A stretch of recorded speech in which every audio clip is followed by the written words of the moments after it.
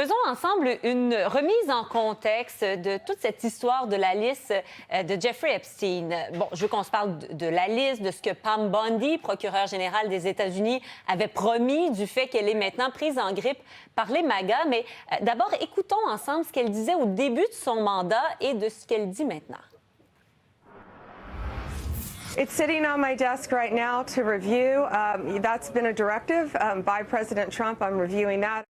I was asked a question about the client list, and my response was, it's sitting on my desk to be reviewed, meaning the file along with the JFK, MLK files as well. That's what I meant by that.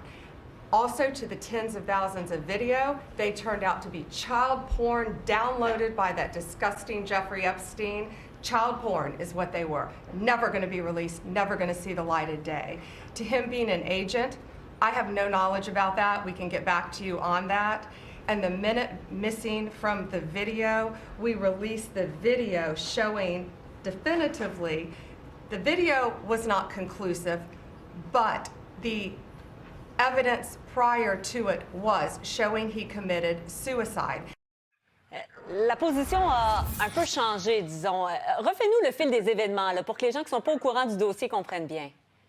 Alors, tout commence avec ce personnage, Jeffrey Epstein, richissime, qui a des connexions avec les riches et puissants aux États-Unis. Lui-même a été reconnu coupable d'avoir organisé des faveurs sexuelles offertes à lui et à d'autres de jeunes mineurs.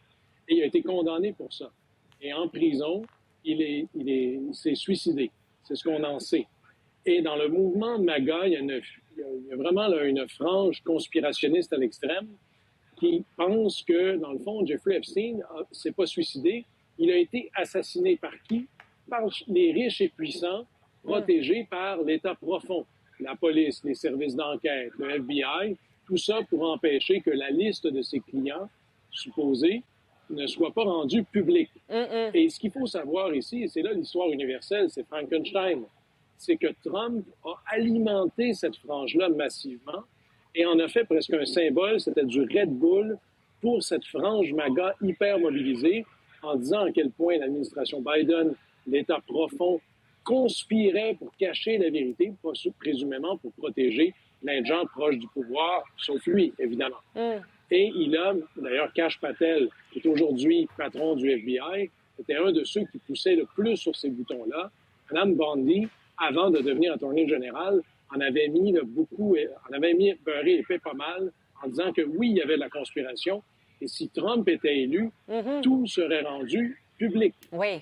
Trump est élu, et là, bref, on réalise que les enquêtes très sérieuses du Bureau des prisons, du FBI, révèlent que M. Epstein se serait suicidé. Il y a ce qu'on appelle aux États-Unis un nothing burger, rien à voir. Mais une fois que vous avez créé ce mouvement conspirationniste, vous ne pouvez pas leur dire que finalement, il n'y a rien. Alors que Trump, lui, hier, à une question d'un journaliste, perd son calme en disant hey, c'est une vieille histoire, lâchez-moi tranquille avec ça, c'est terminé. Et là, vous avez les porteurs de ballons les plus célèbres du mouvement MAGA qui s'en prennent pas à Trump, mais qui s'en prennent directement à ses collaborateurs. Et celle qui est dans la cible numéro 1, c'est Mme Bondi, dont un leader du mouvement MAGA a dit Mme Bondi, c'est une menteuse, elle a toujours menti, elle devrait être congédiée. L'histoire universelle ici, c'est que ce que l'on crée et qu'on pense qu'on contrôle finit toujours par se retourner contre son maître. Et c'est un peu ça qui arrive ici. Et est-ce qu'il y a un scénario où éventuellement ce noyau de MAGA pourrait se retourner contre Trump lui-même? Qu'est-ce que ça pourrait amener comme conséquence? On est loin de ça encore. Ouais. M. Trump a poussé là, vraiment des limites, mais avant, on pourrait imaginer qu'il y a des fusibles qui pourraient sauter. Par exemple, des collaborateurs très importants. Ça pourrait être, par exemple, M. Hegseth, qui est le patron du département de la Défense, qui s'est révélé massivement incompétent. Ça pourrait être Mme Bondi. Et à la fin, Trump voit une loyauté uniquement en sens unique.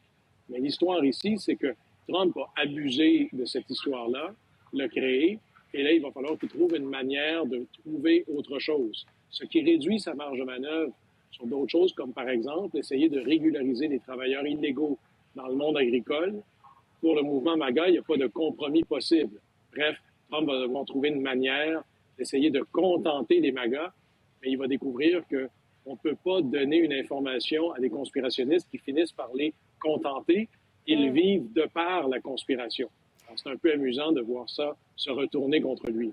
Parlons, il nous reste malheureusement trop peu de temps, mais de l'Alcatraz des alligators, comme le baptisé Trump. Dans le Miami Herald, on parle de pensionnaires retenus sur place dans des conditions vraiment très difficiles. Les proches de ces gens qui évoquent, chaleur suffocante, des énormes bestioles, mesures d'hygiène personnelle très, très limitées. La Maison-Blanche dit que ce sont des fake news. Est-ce que ça pourrait ultimement inquiéter Trump ou on n'est pas du tout dans ce registre-là?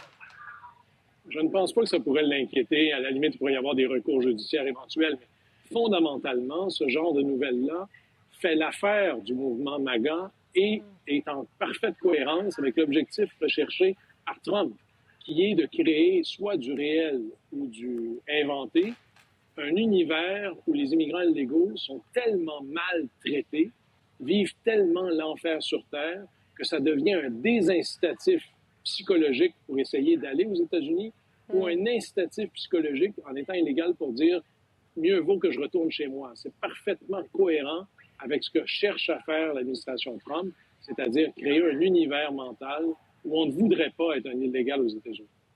Guillaume Lavoie, membre associé à la chaire Raoul Dandurand, merci beaucoup d'avoir été avec nous. À bientôt.